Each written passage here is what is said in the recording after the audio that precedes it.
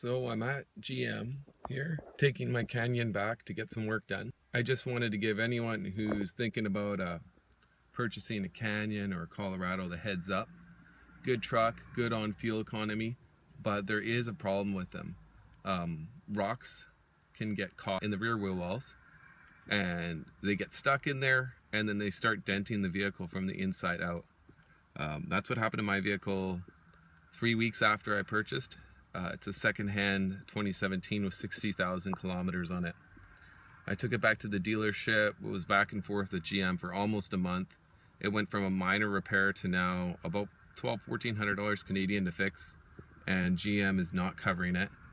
Luckily, Pacific Chevy in Port Alberni is going to cover half, but I'm out about $700 because of a faulty construction and design of the vehicle. So apparently these guys here are going to crack open the fenders of every new one they get and seal it from the inside to solve the problem. Apparently that's the fix, is they pull off the fender liner and then they go on the inside, clean it out if there's any debris in there, and then seal it with some sort of foam or sealant. That was never done to my vehicle, and that was something that should probably have been done at the factory for all GM and Chevy Colorado Canyons, but is not being done. So if you want to buy one of these vehicles, I would recommend that I would not take delivery of a vehicle, new or used, until they've done that service on it and have some sort of documentation. Otherwise, you're probably have a good chance of ending up like me and being out a significant amount of money. I'm just going to take a little bit of video of the damage so you can see for yourself. So we can see here the paint is chipping and it's been dented outwards at the front of the truck and also at the rear of the fender. These are both on the driver's side.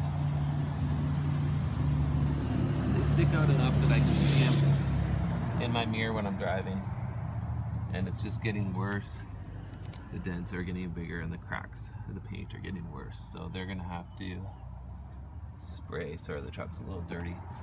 You can already see rust, surface rust there. So yeah, it's not good.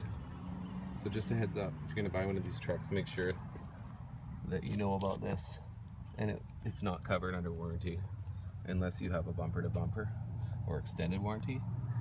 GM told me I should have spent more money and got a longer warranty instead of them building their trucks properly. So something to think about. Okay.